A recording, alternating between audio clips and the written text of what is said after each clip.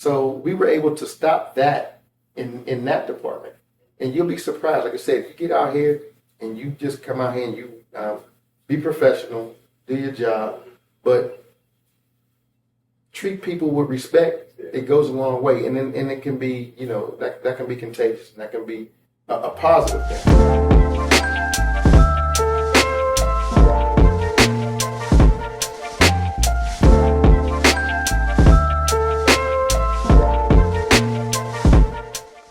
Welcome to another edition of Future Leaders Podcast, where we have great interviews, great conversation with great people who have proven themselves to be leaders in their field. And so today we have a phenomenal guest, a good friend of mine that's done a lot of great work, not only here near, but also far across the country, who has impacted all of our lives. He served in the military for many, many years as a chief, I won't say it wrong, chief.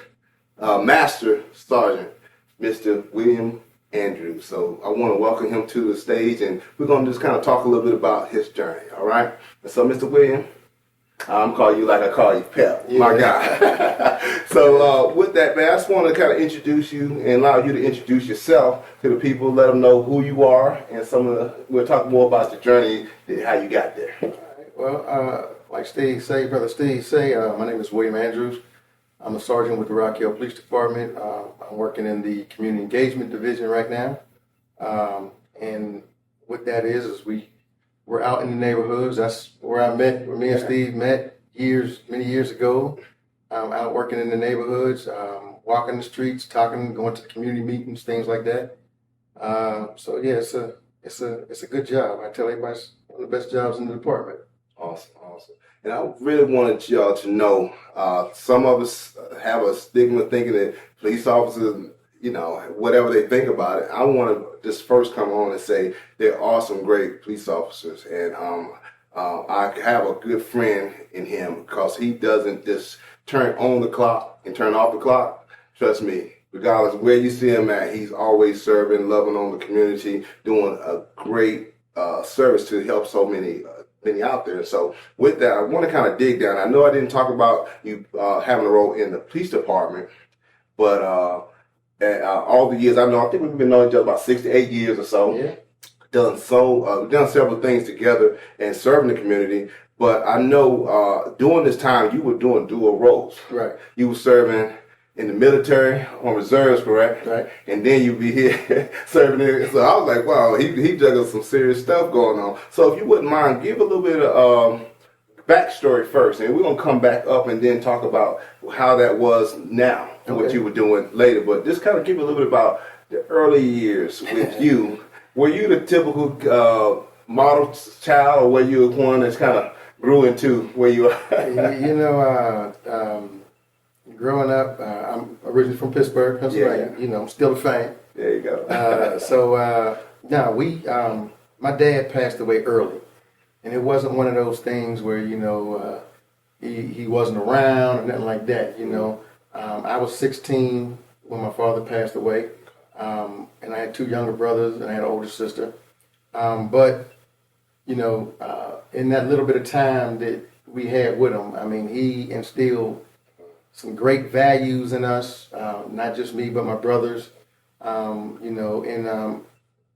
We didn't see it coming, but like I said, at an early age, he was 42 when he passed away, and I was 16, and then I was there with my mom, and I had two little brothers, had an older sister, but my focus was more on my two younger brothers. Like I said, he instilled some great values in us, work ethic, stuff like that. And I just had to keep that going, I was in high school, they were, coming up. And I had to find a way to keep them on the right path, which means I had to figure some things out kind of quickly, right?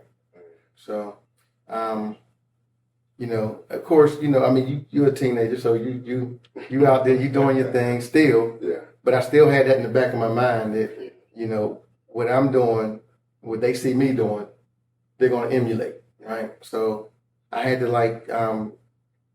go out there and have my fun. But whenever I'm around my little brothers and them, I had to make sure I put that positive image out there for them, right?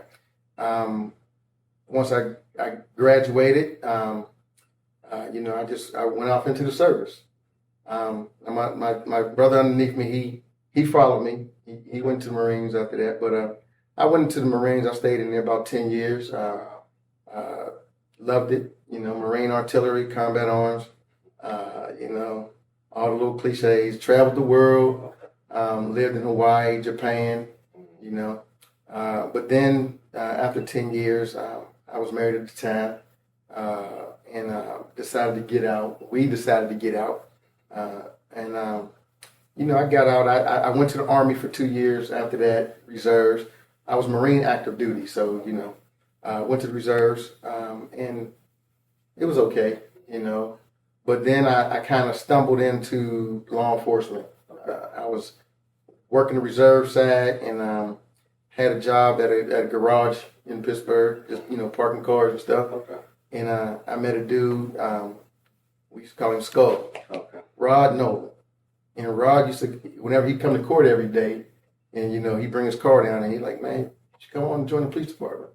And you know, like a lot of young black males, I was like, "Nah, that ain't for me.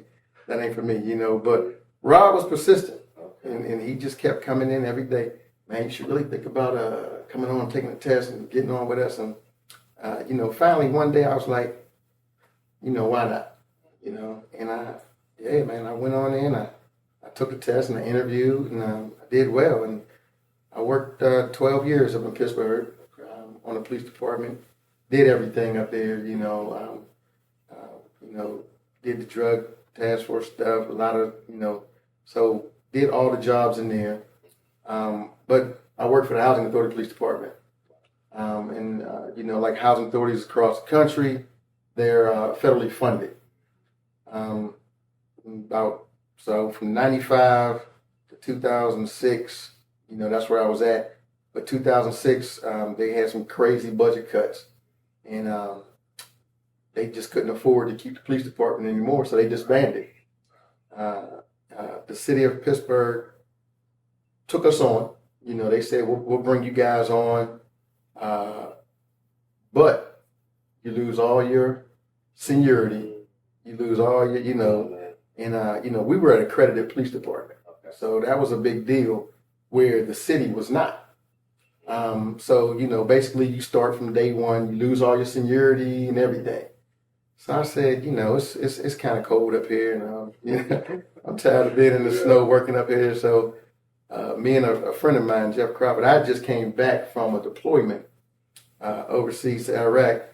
And when I was coming back, my friend Jeff said, "Man, you know, I'm thinking about going to Charlotte." And he planted that seed, man. And when they closed the doors, I came down. They closed the doors in May. I was down here in June, and I was interviewing up in Charlotte. And you know, I was going to, you know, make that conversion. But another friend of mine, Toy Kenny, she used to work for the police department, Rock Hill Police Department, and she worked with me up in Pittsburgh as well. Well, she was a dispatcher down here, and she called me and said, "Hey, you ever heard of Rock Hill?" I said, "Nope, never heard of it in my life." And she said, "Yeah, just get on 77 and come on down, get off on exit 79 and come down Dave Lyle, run right to the police department." So I was like, all right. So I drove down and met the recruiters down here. Marquez was the recruiter. And I mean, just like that, man. It was like where Charlotte was dragging their feet through the process, Rock Hill came and did their thing. Man, they had my background done. I took all the tests and everything, and yeah, man, I just never looked back. I called Charlotte and was like, "Yeah, never mind." You know, and I've been here 17 years. Wow. Well, I want to touch on that because when I've been in Rock Hill since '96, so it's been a good minute.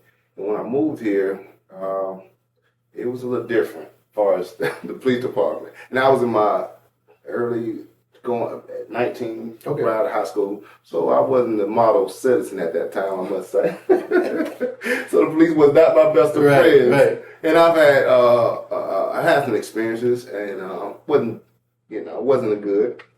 But I can truly say over the years, especially when Chief Gregory took over, it was a major turnaround And at that time, I was working as asset protection, loss prevention type work, and I had seeing it went from being so militant, just focused on law, went to being community oriented, started being more, I say customer friendly type feel. Right. And I've seen some times I'm like, you might want to tighten up a little bit more aggressive than they were, but it was good that they wasn't first pull out their guns. Right. And so I've seen some big turnarounds in that apartment. So with I would like for you to speak on is your experiences here. What's some good things that you have experienced here? And I mean, you might have experienced things in especially up north, because I was born in New York, and I can know the elements are different. So you might have to be a little more aggressive in certain places than you have to be down here in the South. And then, that was 90s and the 2000s, right? Right, yeah. So it's a big difference. Different story. Yeah, man, it was, I worked up there for, like I say, for 12 years. And I'm not going to say I wasn't a model citizen, but you didn't have to be a model citizen at that date and time. I was just a black man, working, recently out of the military. So, and I seen the profiling of close hand, I've witnessed it, where, I was pulled over, I was stopped and those things. And, it was one of those things where, I could have let it turn me, turn inward, and I could have got bitter, and I could have went down a different path. But, I'm always, like I said, my father instilled some values and stuff in us. And so I'm always thinking, my little brothers. And I could tell you, I mean, they phenomenal, both best men I've ever known. But, so when those things happen, when I got pulled over, when I got profiled, I instead of letting it turn me dark, I said something needs to change. So what's the best way to affect change? Maybe from the inside. So I decided I'm going to go ahead and I'm get in here and let me see what I can do. And even when I was a police officer, this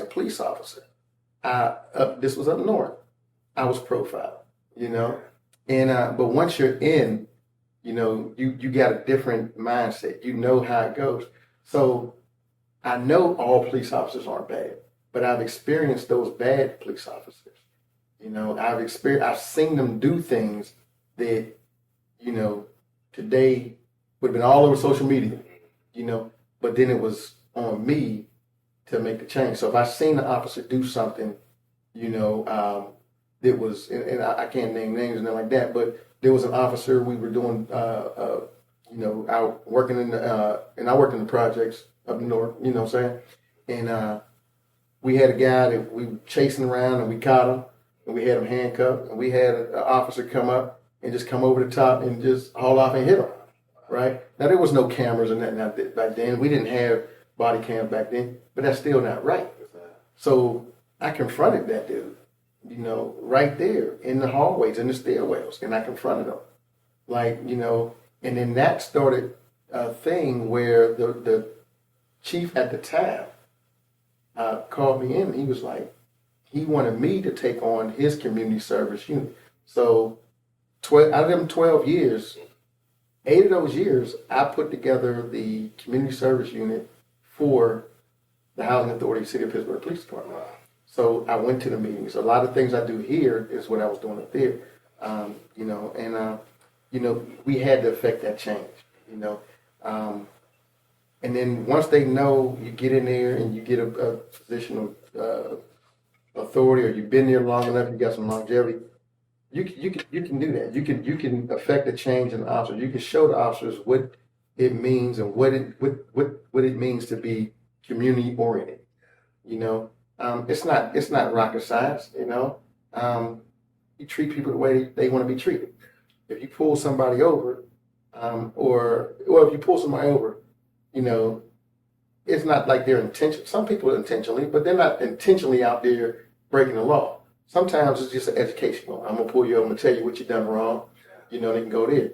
Sometimes, things happen and as things escalate, people will start coming at you sideways, you know. But, you know, we teach the police officers, and even in the military, I would tell them, don't take that person. You know, when I put this on, it's a job. You know, I don't turn it on and off. When I put this on, it's a job. A lot of people will take out frustrations and angers, not at me, at this, what I'm wearing. You know, they see that badge and they take that anger out on that badge. And then, you know, you got to de-escalate that. And it's, you know, the easiest way to de-escalate, smile and, you know, okay, well, what's really going on? You know, have that conversation. And people will eventually come around. And I appreciate you saying that, because I love the fact what you just said. You don't always have to just be a partaker if you see something's wrong. It's a way to address it, and not in that situation you have to address it right then. Mm-hmm. So in doing that, and that person may not agree at the time, but over time I'm pretty sure they know where you stood. Yeah. And I like the fact you said you had it. How did that come about when the chief allowed you to move in that space of working more in the community liaison type of person? Was it because that he seen you doing it naturally, or did he? What was the turning factor why the chief showed you out of all the other guys, say, hey, I think you're going to be the best fit for this? Well, I was a little bit older. I've already been in the Marines for 10 years. So I traveled, deployed, did all those things. But but then I came from those streets that we were out there patrolling. That's where I came from. Okay. So I knew the people, and they knew me, there was a few of us. I mean, we all graduated together, and, we all went to the police academy together. So, where a call will come out, or, someone will say, hey, there's a suspicious black man in the neighborhood dressed all in black, where the younger officers will be like, oh, all right, let's go get him. My question is, what makes him suspicious? What was he doing? And I would have this conversation a couple times with younger officers. Every black man walking at night is not suspicious. You don't know. Find out. So before you run over there, drawing up and blading up and getting in your tactical stance, that's a question. How do you know he's not a single father who don't have a car? And, he got to get his kids ready for bed, put them down to bed. And once they go to sleep, now he got to walk 3 blocks down the road to the store to get milk for them for their cereal in the morning. You don't know, right? Ask the question. A lot of the conflict, a lot of the stuff that's going on is because people don't know and they don't ask the questions. When I first started doing community service, one of the things I did is I just started walking. And I got on Saluda and I just started walking down Saluda.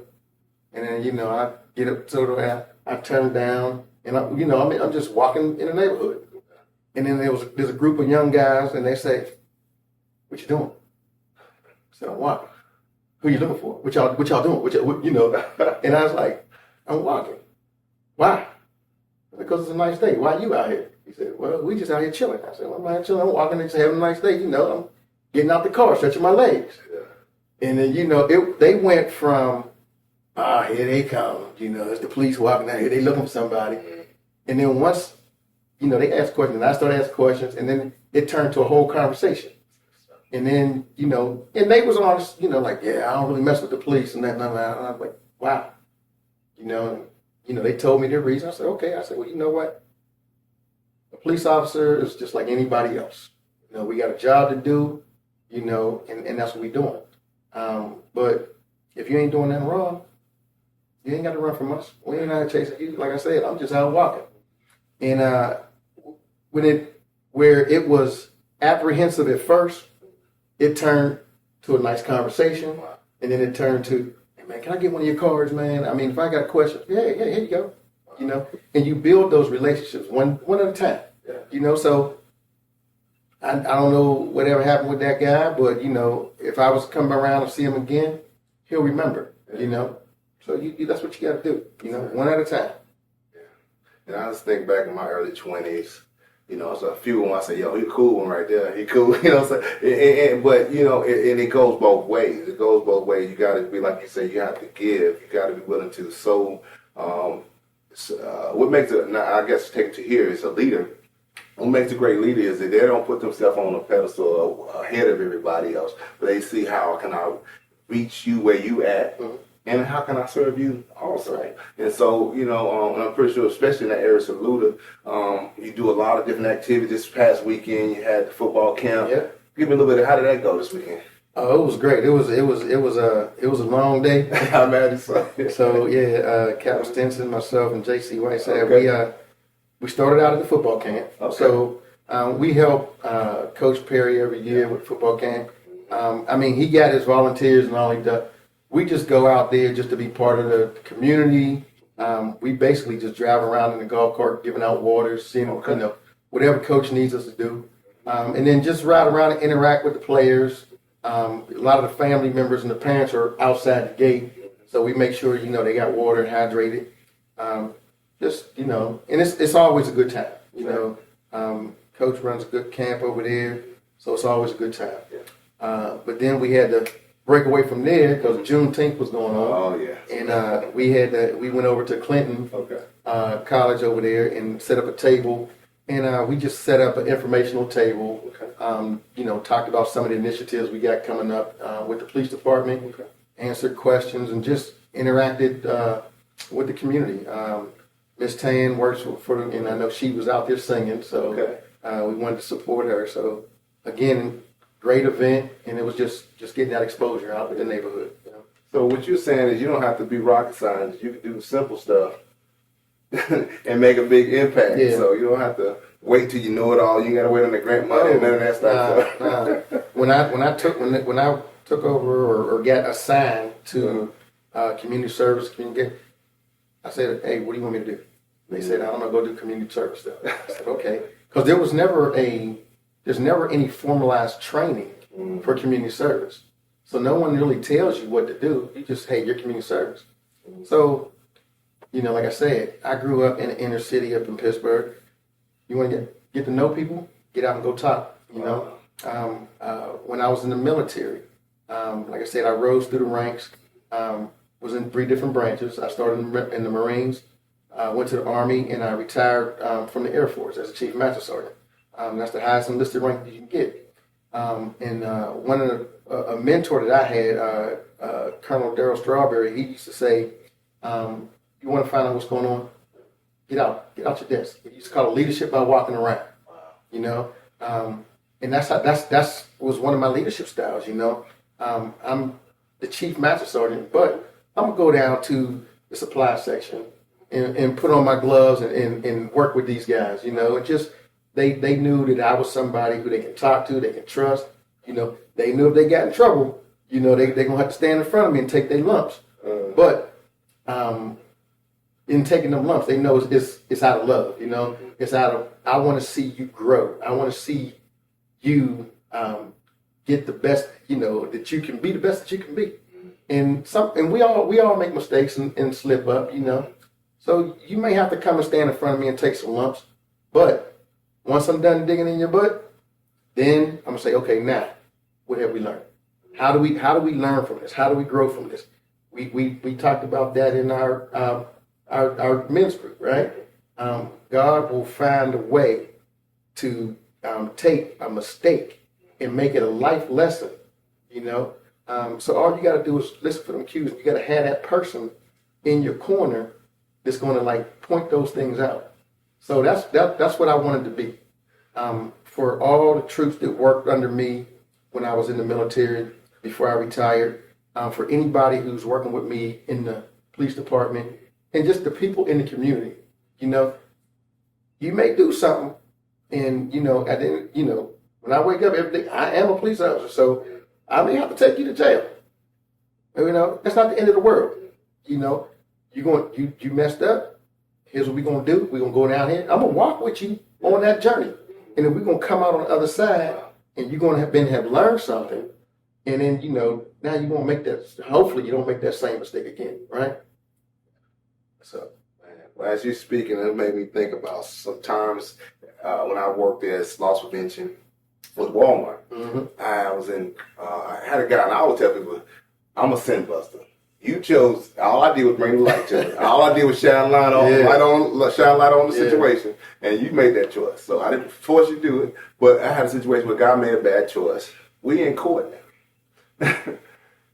Now his mom's worked at Walmart too. That was crazy. He was like, why not go to the other? Yeah. But well, and I didn't know that at the time. But situation was he knew better. He was raised different, and so we're in court for him. He came over to sit beside me, and we talking. He's about a little younger than me, and we in there talking. This guy started crying because he felt that he knew better. In our conversation, I wasn't condemning him, but I shared love with him. And also, and he knew out of that, and I seen him many times after then, and the brother was like very appreciative. And I had story after story of people who you sometimes have to bring into the light, help them to realize, hey, I didn't force this on you, but now that we have to deal with it, and if you need my help, I'm still here to support and help. Right. So I have tons of stories of those type of testimonies. I know you do. I know you got tons of them. And I think about just some of the things that you do that not many would do what you do, such as dealing with the homeless population. People will say, I'm going to pray for you, I'm going to do this and that, but you actually get your hands dirty, especially in those situations. So let's say in our area, we're not as, have a big academic of such some of the major cities, but we do have an issue in that space too. But you've shared stories on how you had to approach it, and I like some of the things. So if you can, just at least share us one particular story or situation that you had to deal with when dealing with the homeless. Well, first of all, we look at it like being homeless is not a crime. A lot of people look at the homeless population, they look down on them. All right. A lot of people are just like one bad incident or one thing away from being homeless themselves, right? So we try, one thing that's good, I love about our division and the department is, we don't look at them as a problem. They're people too. So whenever we approach them, we're always trying to find out their story. Like I said about the man that's black man walking, like he's not suspicious. He got his backstory. Let's find out what their backstory is. And then from there, now, we'll try to get them connected to the resources. There's tons of resources here in Rock Hill. Pathways, a lot of people say, take them to the shelter of a pathway. Well, Pathways is not a shelter. Pathways is a hub for all the resources, all right? So we try to connect them, find out what they need, and then we try to connect them with the resources. You need your ID? Hey, well, let's take you over to Austin Wilkes. They'll help you get your ID. You need housing? We'll take you. So we'll get them where they need to go. But then we hold them accountable. So I can't see you. I found you today, and you're over here, and you say you want help, and this is what you need. So I connected you to the resources. Now I can't come next week and find you just sitting back here drinking beer and not doing it, because I'm going to ask you those same questions. Okay, what have you done to get yourself out of this situations you're in? Now, some of them want help, some of them don't, and it like the guy that you said you had at loss prevention. I didn't put you in this situation, but now that I'm here, I'm going to walk with you on this journey as long as you're doing what you're supposed to do, right? I'm going to try to help you get out of your predicament, your situation of being homeless. But I can't be doing more work than you. I can't be working harder than you.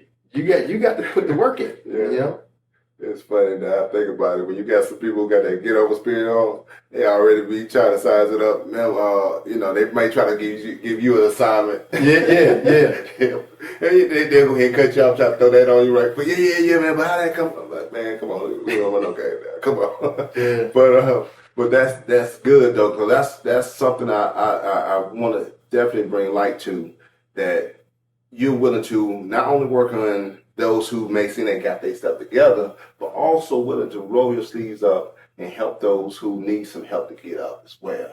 And so it's so great that you have this position because not everybody can fit that role. And not saying that others can't grow into it, but for you, it become natural. If you flow like water, because you see something like two people could be looking at the same situation, Right. and they'll miss they'll miss this that seems so easy, so simple to you, and they'll miss it. But knowing that, how have you impacted someone else that has come after you? Who maybe this is greens out outdoors, who never have had much experience in this lane. Because I know you talk about now that y'all doing evaluations, right? Yeah. Now guys need to get their hands dirty in doing this type of stuff. But how do you go about embracing them and helping them to see? And do you have any success stories with now others who now are officers who do this type of work now wants to do more? And it's like, man, it was great that I served. How can I get more involved? Not just because I need to get these couple under my belt, but how can I get more involved? Do you have any success stories of others who come along? Well, when I got to the end of my military career here recently, I kind of took a break from the police department, and I did the last 3 years on active duty. So I was away for 3 years away from it, and then coming back, I went back into the same role as community service, helping out with school resource officers and stuff like that. Before last July, we came up with community engagement. So now, I'm back. There's a lot of new people, and we're just trying to get out. I mean, work with the different units within the department. Whenever we have events, we try to just get them out. There's some people, and like you said, everybody got their lane where they fit in, and there's some people that are doing like some really good things in the neighborhood. Some of the officers that just got that knack, one of the things you say, you got to put the right person in the right seat on the bus, right? There you go. So if you just, if your lane is traffic and that's what you like to do, then I'm not going to put you over here and swap. Yeah. So I kind of like. We kind of like just keep doing what we're doing, Okay. and going out and getting with the different officers. But then we just kind of watch and see who got that knack. Just who's the one that walks into the community meeting or whatever the event is and just starts, just goes off and just starts talking to everybody. And they're just making their way around the room. That's what you need in this position like this. You need to be able to get out there and talk to the city manager, or go down through the trails and talk to the homeless person and everybody in between. You need to be able to talk to everybody and, just strike up those conversations. You'll be amazed what you can do and how much you can learn. And then after that, just retain it. If they tell you your name, they tell you something about themselves. Next time you come up on that same person, if you're able to play that back, they're gonna be like, "Wow, okay, maybe he really cares." And that goes back to Colonel Strawbridge when he said, "Leadership by walking around." You get out as military, you look at the chief and the colonels and the higher people in the. You figure like they don't mix. I'm not supposed to be talking to them, but then when you get down and you talk to them, and you find out. Hey, Steve, okay, and you got a son? Okay, and this is what you do, and this. And then the next time I see you, I kind of like, Steve, right? Hey, how you been? Okay. How's this son of yours going on? Man, you got instant buy-in. Wow. They be like, this guy is somebody who I can trust. But it has to be genuine. It has to be genuine. And when I left the base in Pittsburgh, I finished with 31 years of total service. Before I got promoted to chief, there was only one other in the history of the base in Pittsburgh. There was only one other African American that got elevated to that position. Wow. So I was only the second in history. There's been several after me, and the one that was before me was in the 60s. So I got promoted. Yes, I got promoted to chief in 2015. So huge gap, right?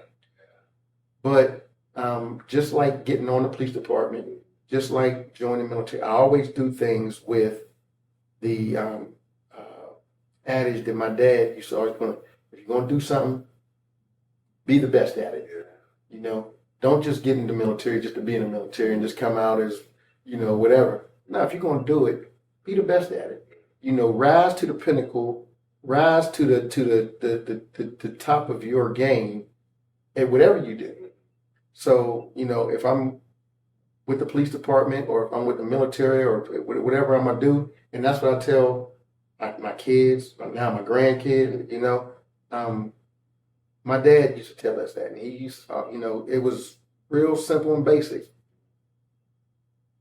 Whatever you want to be, he didn't ask what you want to be, you know, but whatever you're going to be the best. If you're going to be a street sweeper, back then they had street sweepers, right? If you're going to be a street sweeper, man, you be the best street sweeper you can be. And that's all he asked of us. But that simple message turned into, you know, now my youngest brother, he passed away last year. But I mean, and I know I told you about it. This dude, he didn't go to college. He graduated from high school. He didn't go to college. He didn't want to go to the military, you know. But then he went to barber school. And he opened up his own barbershop. And I'm going to say when he passed away, the mayor of the city signed a proclamation naming the day after him. The street in front of his barbershop, I'm talking right now, they're going to name the street after him. So people say, well, what did he do? He chose a profession. He chose what he wanted to do. He found his calling, and he was the best at it. And everybody in the city knew it. Everybody, if you walked into East Liberty, where his shop was at, everybody knew you can come in there. It was a safe space. You can have some good conversation. You know, they had health screen. I mean, just he was community service. And that dude, and this is my baby brother, you know, and man, he just showed me where I thought all this time I'm doing all these things from the time my dad passed. I need to live a life so that I can be an example for him. And he turned out being an example for me more than I can ever be for him. And my other two brothers are the same way. I watched those guys become, you know, leaders in their field. And but it's not just there, with their families, with their kids, I mean, everything. So where the short time that we had my dad, and that simple message that he gave us, and I felt that I had to do that for them, and they turned around, and we just all like lift each other. And that's the simplest message. If I'm working on the streets, if I'm out here as a police officer, when I take this stuff off and I'm working with I'm just out with my family, or when we just hanging, when we doing a men's group, the message is always the same. Be the best that you can be, you know, love with all your heart, you know, and just live a life that, you know, will be pleasing to God. God always comes first, right? Man, that's it. Man, that is so amazing, man. I definitely want to tap in on some more, but I do want to respect your time, and I do want to say, man, it is so great that not only you, but you and your siblings are doing some great things that make a difference in not only your life, but the community as a large. And you don't have to go out there and think you got to do big things. You ain't got to swing for a home run. Nope. And that's the big thing. You don't have to do anything that's life-changing all at once. But once you start that consistency, being an example first, then great things can happen. You know, so that's phenomenal. And I just kind of want to ask you this. I do want to tap into this, then we're going to go ahead and close out. But I know your brother had passed, what, about a year now? Yeah. So I know two things have changed in your life. You lost a brother, but you also gained a brother. Right. And so you can, I know it's going to, you know, touch on that area. Just kind of lean a little bit more towards, you know, I'm not actually go all too deep into about your brother, but kind of share on both of those transitions. How did that affect? How did that? Losing a brother is hard. Especially, you know, when you're close like we all are, you know, and then the last 3 years when I was away with the military, I actually stayed with him in Pittsburgh. So that just left a void in our whole family. That can never be filled. But then we turned around and recently found out I had a older brother that circumstances and life circumstances. He didn't know who we were. He was adopted, and as he got older, and he was able to do an ancestry or DNA test or whatever, and got connected with another family member, and kind of made his way back. And when we met this dude, there was no denying, no denying. I mean, amazing man. Everything that I said that my dad instilled in us, it was in this dude. And I mean, like I said, we've been so happy to get reconnected with him, and it just expands the family. Wow. I got some nieces and nephews out there I still got to go meet. But when you just know when, I mean, him and my brother Brian, they look alike, but everything, the conversation, I mean, it was like he grew up with us the whole time. It was amazing, and we just feel blessed to have that. And it's not a you lost one, you gained one, because like I said, there's nothing that can ever fill that dude, man. I just can't tell you. If you ever just go to Pittsburgh, you'll ask about it. Just go to Pittsburgh and ask about it, man. That dude was amazing.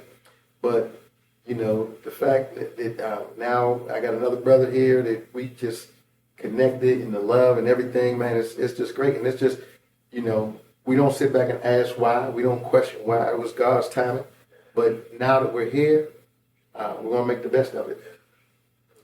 That's one of the great things that you can always say. You have great memories that you and your brother had. Oh yeah. He left a legacy that lives beyond Like no other, right? And that's one of the great things that we're at our point in life where we pass our halfway point. I ain't gonna call it halfway point, but we in our more seasoned years, and so with that, you're not in so much a race to say, let me just it's about making money, but it's about how can I make a difference? Yeah. How can I instill what I'm doing it's gonna live way beyond me, whether through my kids, whether through my neighbors, or whoever in my community. How can I do those things? Those are part of being successful. That means a lot too, and so I just want to continuously say, man, I appreciate all that you've done, all that you're continuously doing. That's going to make our Rock Hill Police Department so much more. And so with that, let me ask you this: what do you see yourself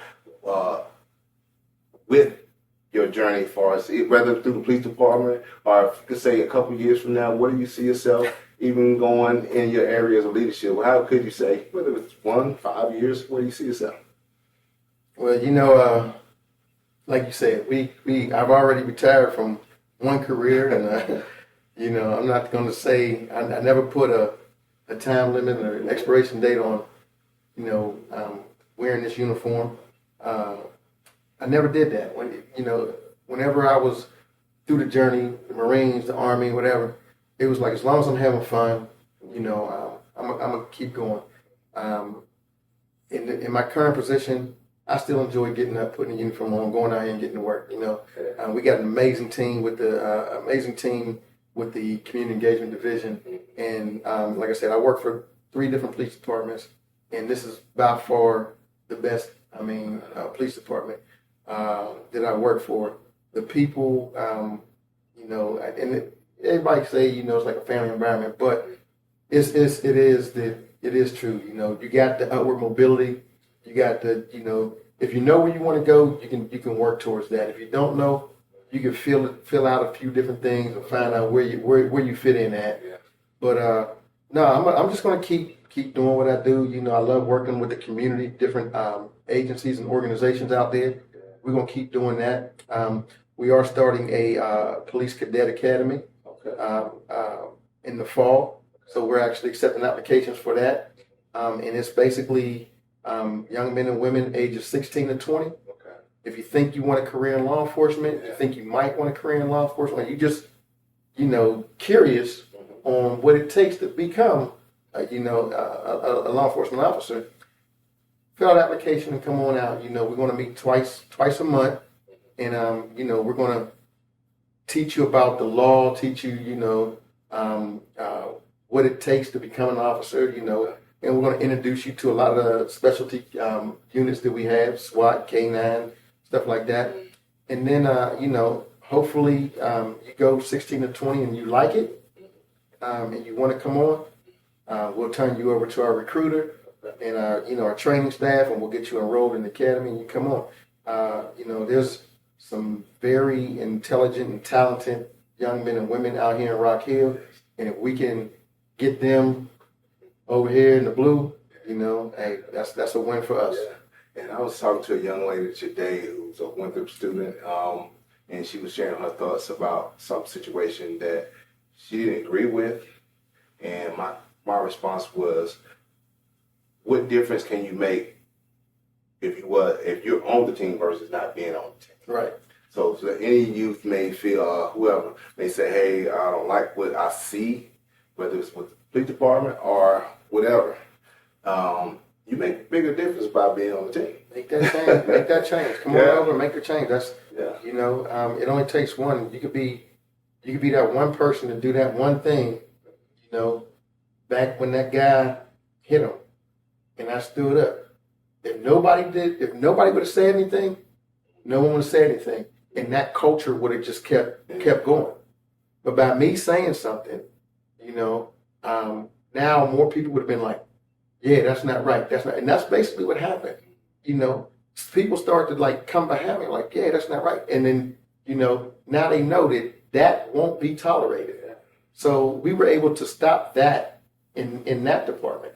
And you'll be surprised. Like I said, if you get out here and you just come out here and you be professional, do your job, but treat people with respect, it goes a long way. And it can be, that can be contagious. And that can be a positive thing, So, yeah. That's awesome. Well, I want to go ahead and just ask you to share with everyone about, if they wanted to reach you, how could they go about getting in contact with you, whether they're interested in cadet, or they may have some questions about law, or whatever the situation. How can they reach you? Well, I'm always at the police department. You can reach me at william.andrews@cityofrockhill.com. That's my email address. I'm not on social media. I don't do all that. That was before my time. But yeah, no, you can reach me at my email address. You'll see the flyers for the Cadet Academy out and about. There's the Rock Hill Police Department has a Facebook page and social media that they put information about the Cadet Academy out there. So you can do that and just reach out to me if you want an application, or if you have any questions about law enforcement. We offer active shooter training for businesses, churches, whoever wants it. So if you're interested in something like that, just reach out to me. Anything we can do to help, that's what we're here for. Man, I appreciate it. We want to thank y'all so much for just sitting in. It was a simple conversation. Me and my guy just having a phenomenal one-on-one, just kind of catching up. And so I hope it was something that was said that can inspire others to say, hey, I can get involved in whatever it is. And I once I do get involved, then I can make a difference by not only thinking I got to have all the answers, but it's going to be times when you just start and then you're surprised whoever come along and pieces start happening, resources start coming together, and next thing you know, hey, we getting some major things done. So as you can attest, I'm pretty sure your journey wasn't overnight, right? Oh, no. It was not overnight. But you'd be amazed. You look up in 3-4 years in the past. Is that? But then you look back and look at all the connections you made. Yeah. So the key is just to get started, but wherever you are, believe that it shall happen if you continue doing your part. So with that said, we thank y'all for giving us your time. I hope y'all have a phenomenal day.